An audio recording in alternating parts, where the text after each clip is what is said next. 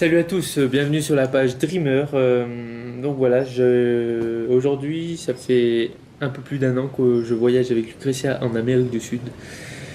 Sur ce magnifique continent, on en a fait beaucoup les pays, on en a eu d'énormes expériences, mais malheureusement, voilà, il arrive un moment où on en a marre, on est un peu fatigué, on est un peu en saturation au niveau de ce voyage, puisque on voyage vraiment à l'aventure, hein. On a évité le plus possible les hôtels. On voyage énormément en autostop, on voyage énormément en tente. On dort dans des endroits qu'on n'aurait jamais imaginé mettre les pieds avant ce voyage. Et voilà, je pense qu'il est temps d'arrêter. Je pense qu'il est temps de. Voilà, on a un manque peut-être de rester à un endroit stable, à, à sa maison, un endroit où on peut réfléchir.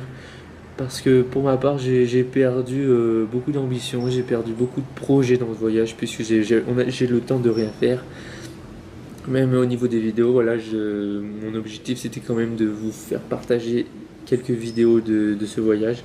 Comme impossible de vous mettre à jour, puisque j'ai pas le temps. J'ai pas le temps de faire les vidéos, j'ai à peine le temps de mettre les photos, à peine le temps de me reposer. Et du coup, voilà, je pensais jamais dire ça un jour. Surtout moi qui avait une ambition de fou de voyager. Là, je suis sur le cul et je sais pas. Voilà, donc je pense qu'il est temps de rentrer, de faire le point. C'est pas que je veux plus voyager, c'est que je veux voyager différemment. On a vraiment voyagé à l'aventure. Je pense que peu de personnes, je connais pas beaucoup de personnes qui voyagent comme nous, du moins j'en ai même pas beaucoup rencontré.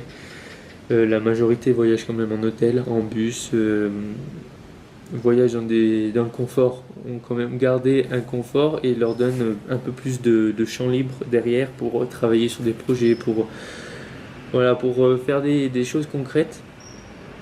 Et ben pour ma part, voilà, voilà, c'est l'inverse.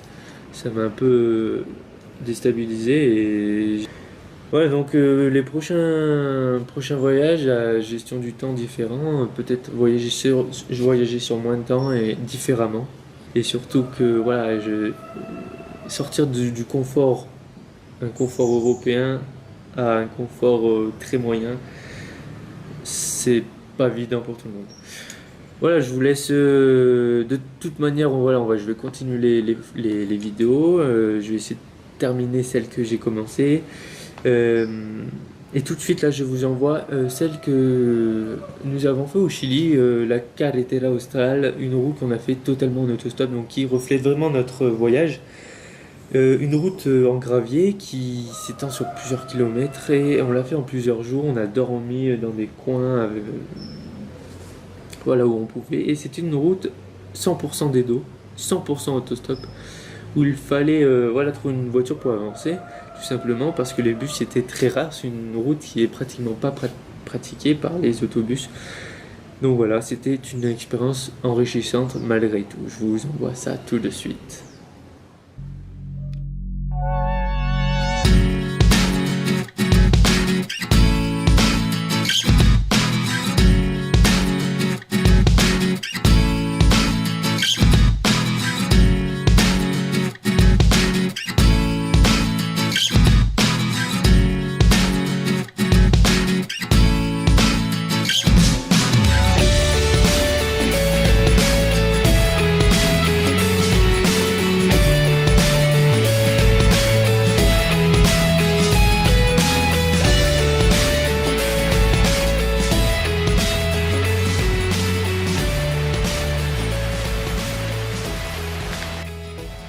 Premier arrêt sur la Carretera Austral.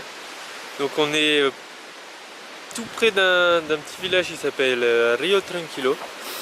Et donc on a trouvé un petit coin pour camper gratuitement, encore une fois. Et puis donc il y avait toute l'installation du feu et tout là pour. Donc on en profite pour notre nouvel achat, c'est la casserole du voyageur. Et ça nous permet donc de faire voilà, des pâtes ou du riz en campant. Et c'est vraiment une chose vraiment efficace qui nous manquait pour voyager. Et en plus on en profite parce qu'on a quand même pas mal de place dans notre sac. On est quand même parti avec avec beaucoup d'espace, je pense, parce qu'on a vraiment pris le minimum pour vivre. Et on a également fait un achat à Punta Arena au Chili, un sac de couchage un peu plus chaud, un peu plus épais, parce que récemment on avait le petit sac pour l'été là jusqu'à 15 degrés, mais quand ça arrive les 10-5 degrés, ça commence à faire un peu froid.